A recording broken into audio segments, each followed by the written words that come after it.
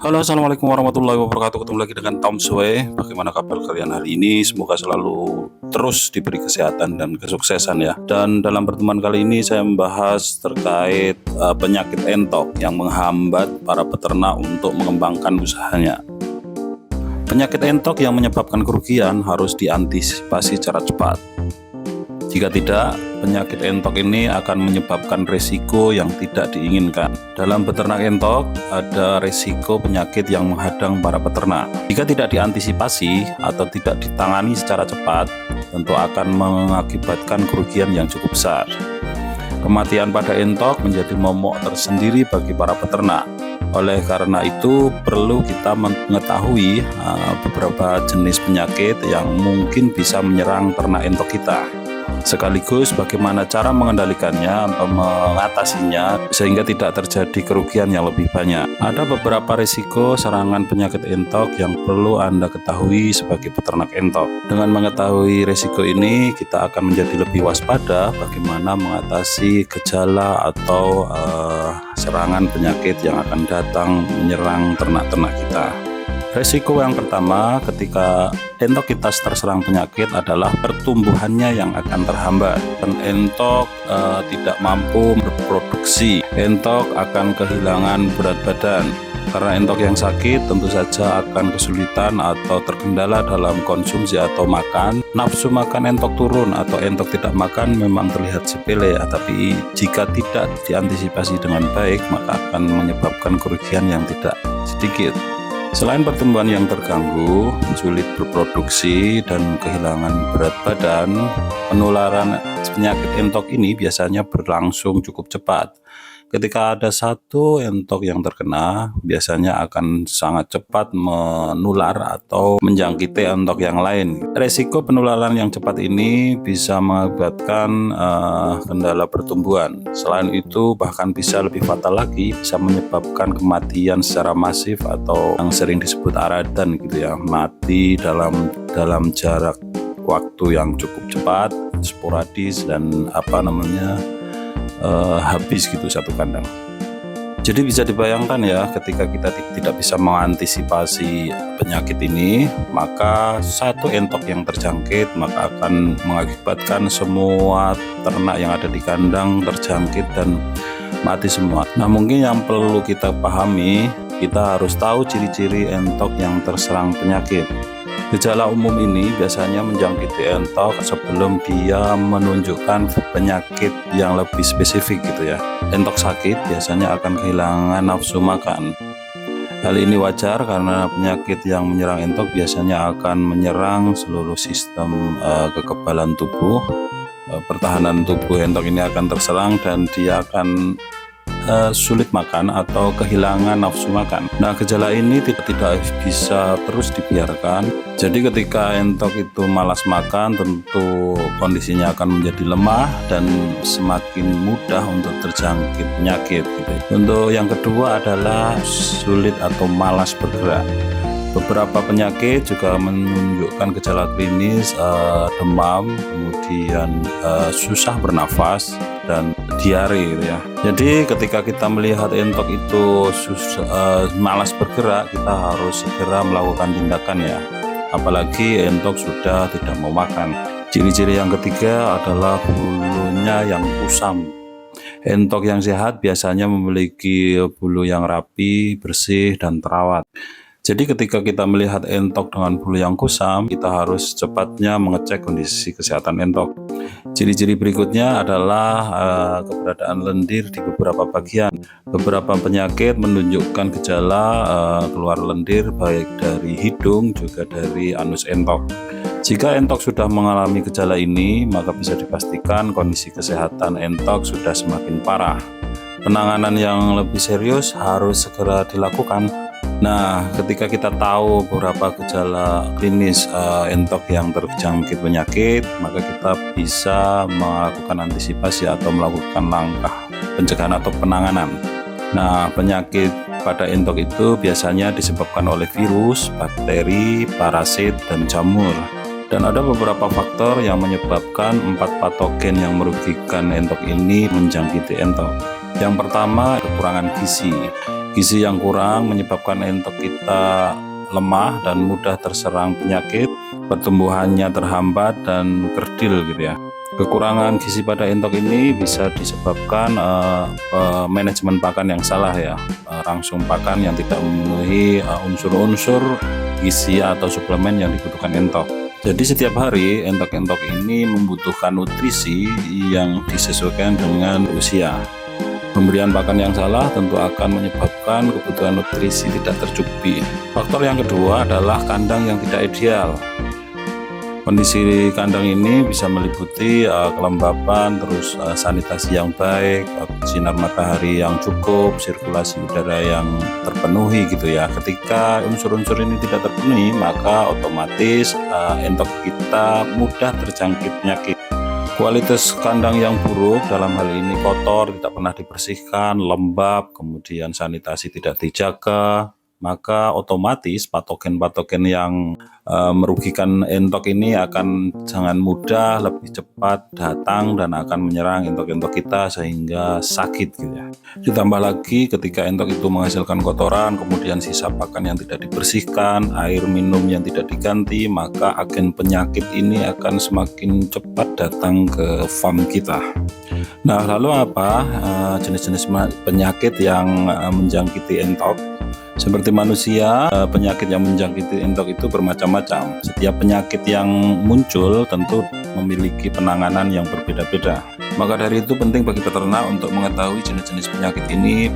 Berdasarkan pengalaman dan literasi yang saya ketahui, ada 6 penyakit yang sering menyerang entok. Yang pertama adalah mata biru atau AI. Sesuai dengan namanya, penyakit ini bisa diketahui memiliki gejala klinis mata entok menjadi biru. Penyakit mata biru ini disebabkan oleh virus yang menyerang paru-paru dan otak dan menyebabkan gejala klinis mata menjadi biru. Nah, penyakit ini paling ditakuti oleh para peternak entok ya, karena sampai saat ini belum diketahui apa obat yang paling tepat atau obatnya gitu ya, sehingga sering menyebabkan kematian secara massal.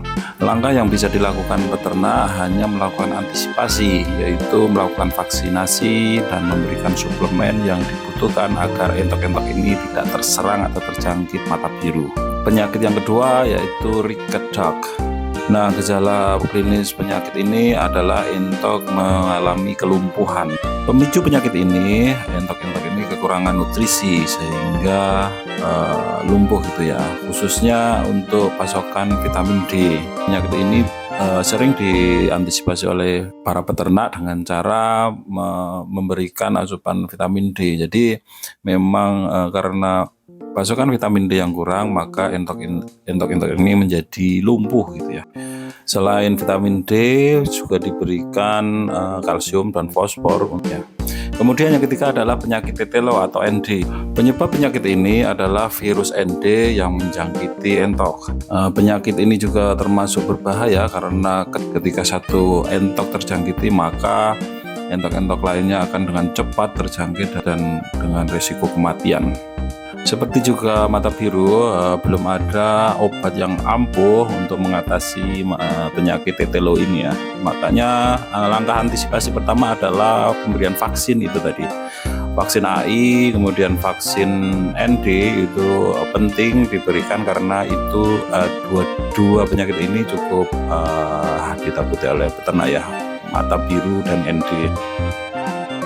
Langkah yang harus cermat dilakukan adalah mengamati kita, makanya kita harus tahu dan dekat dengan ternak ini. Ketika dia terserang mata biru atau ND, kita harus cepat untuk melakukan karantina. Jadi memisahkan entok-entok yang terjangkit itu langkah yang paling efisien dilakukan sebelum kemudian entok ini cepat tertular ya, karena hewan ini kan hidup secara komunal.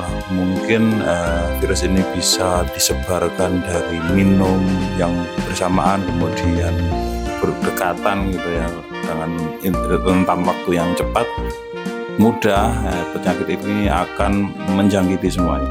Gejala klinis penyakit tetelo ini biasanya entok ini tidak mampu berdiri dengan benar ya, dengan stabil. Leher tidak mampu atau tidak kuat menahan kepala sehingga sering berputar-putar gitu ya. Kita lihat entok yang berputar-putar kepalanya. Kemudian kita bisa cermati kotorannya ya, kotorannya berubah warna. Jadi langkah yang bisa dilakukan adalah melakukan vaksinasi itu tadi dan memberikan suplemen supaya daya tahan tubuh atau imunitas tubuh entok ini menjadi lebih kuat. Nah, penyakit yang keempat yaitu mikosis. Mikosis ini adalah penyakit yang sering terjadi. Penyebabnya adalah entok ini mengkonsumsi makanan yang sudah basi atau kadaluarsa gitu.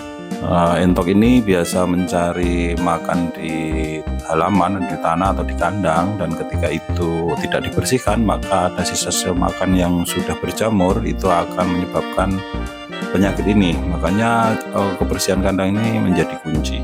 Nah, penyakit ini bisa dilihat dari bulu entok yang kusam, kemudian pergerakan entok yang lesu, kemudian nafsu makan yang turun. Cara pencegahannya sebenarnya cukup mudah, yaitu bersihkan kandang setiap hari, kemudian cuci tempat makan dan minum secara intens.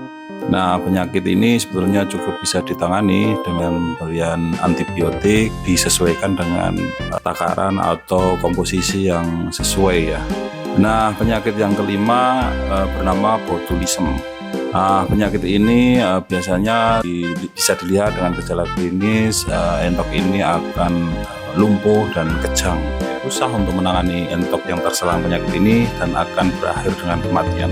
Nah, penyakit botulism ini biasanya disebabkan oleh makanan yang sudah basi ya. Ini perlu dicermati untuk pemberian pakan protein, misalnya seperti mengolah ayam tiren, kemudian keong dan lain-lainnya. Ini juga akan berpotensi memicu penyakit ini ketika tidak diproses dengan benar. Penyakit botulism ini seperti entok yang keracunan ya, maka entok ini mengkonsumsi makanan yang sudah busuk itu tadi. Ayam tiren itu sudah tidak layak untuk dimakan. Kemudian keong itu bagus, tapi ketika keong itu sudah busuk, juga ketika diberikan kepada entok itu juga akan berpotensi entok keracunan atau kena virus botulism ini yang sangat ditakuti ketika terjangkit. Banyak entok yang kemudian mati secara masif karena tidak bisa bergerak dan terjadi kejang gitu ya. Kesempatan yang mungkin bisa didapat kalau bisa tertolong, biasanya entok ini dikasih minyak kelapa atau kemudian diberi minum yang lebih banyak. Nah, penyakit yang keenam itu sering dikenal dengan penyakit Volpox. Penyakit Volpox ini sering disebut juga sebagai penyakit cacar pada unggas ya. Seperti penyakit cacar yang menyerang manusia, ya, gejala klinis yang bisa diketahui adalah munculnya benjolan atau cacar itu ya di muka. Jadi benjolan atau bercak merah yang ada di muka, dan virus ini menjangkit melalui lingkungan yang kotor dan pakan yang tidak berkualitas. Nah, penanganan untuk penyakit ini bisa menggunakan obat kulit atau demam yang digunakan untuk manusia. Nah, jadi itu ya, ada 6 penyakit entok yang mungkin perlu dicermati untuk pembudidaya entok, khususnya untuk peternak pemula, sehingga tidak terkena atau mengalami kendala di saat melakukan budidaya entok. Ketika sudah bisa melakukan pencegahan dan ketika tetap ada penyakit kita yang terkena, maka kita harus tahu bagaimana cara pengendalian. Ada beberapa macam cara yang bisa dilakukan, salah satunya dengan pemberian antibiotik gitu. Dengan pemberian antibiotik ini akan menjadi langkah pertama pencegahan atau pengendalian ketika ada entok yang terkena. Tapi pemberian antibiotik juga tidak boleh terlalu banyak gitu ya. Karena pemberian antibiotik yang banyak justru akan menyebabkan penyakit kelebihan antibiotik. Antibiotik ini bisa didapatkan di toko-toko ternak, dan langkah pengendalian berikutnya yaitu pemberian pakan yang tepat. Karena beberapa kasus yang paling banyak ditemui penyakit entok ini seperti kelumpuhan itu disebabkan karena nutrisi yang kurang diberikan kepada entok. Kemudian pemberian pakan yang tidak lazim atau tidak pas juga akan menyebabkan penyakit yang cukup ekstrim ya, ketika memberikan pakan semisal mengolah ayam tiren gitu ya. Ayam tiren diolah kemudian dan prosesnya tidak benar, itu akan ketika diberikan tentu akan menyebabkan kelumpuhan dan penyakitnya sudah saya sebutkan di awal tadi. Jadi yang dibutuhkan entok itu sebetulnya nutrisi, ada kalsium, karbohidrat, fosfor, kemudian vitamin D itu cukup, dan mineral ketika diperlukan ditambahkan, maksudnya itu juga sangat baik untuk pertumbuhan entok. Tapi untuk nutrisi standar itu harus tercukupi minimal ya. Ada karbohidrat, kemudian ada protein, kalsium, fosfor, dan vitamin D. Dan syarat yang paling mudah sebetulnya yaitu membersihkan kandang. Menjaga kondisi kandang tetap bersih itu menjadi salah satu syarat. Kemudian entok ini akan menjadi sehat, termasuk peternaknya ya. Ketika kandang entok ini kotor, peternak juga akan tidak nyaman kalau menurut saya ya. Kondisi kandang yang tidak baik, jorok, kotor, dan lain-lainnya tidak pernah dibersihkan, tentu tidak hanya menyebabkan entok yang sakit, tapi peternaknya juga bisa ikut sakit. Nah, ketika Anda sudah mampu mengendalikan penyakit ini, bisa mengobati entok yang sakit, kemudian bisa melakukan pencegahan, tentu itu akan menjadi salah satu poin tanda ya, indikasi bahwa peternakan entok yang Anda rintis atau Anda lakukan mengalami progres yang baik. Mungkin itu ya ulasan hari ini, semoga bermanfaat. Silahkan mencoba diterapkan apa proses pencegahan dan penanggulangan penyakit supaya farm atau peternakan kita maju dan berkembang. Terus dukung channel ini, jangan lupa subscribe, like, comment, share, tekan tombol lonceng supaya dapat update video terbaru dari kami. Salam seduluran Selawase, salim dari Tom Sway. Wassalamualaikum warahmatullahi wabarakatuh.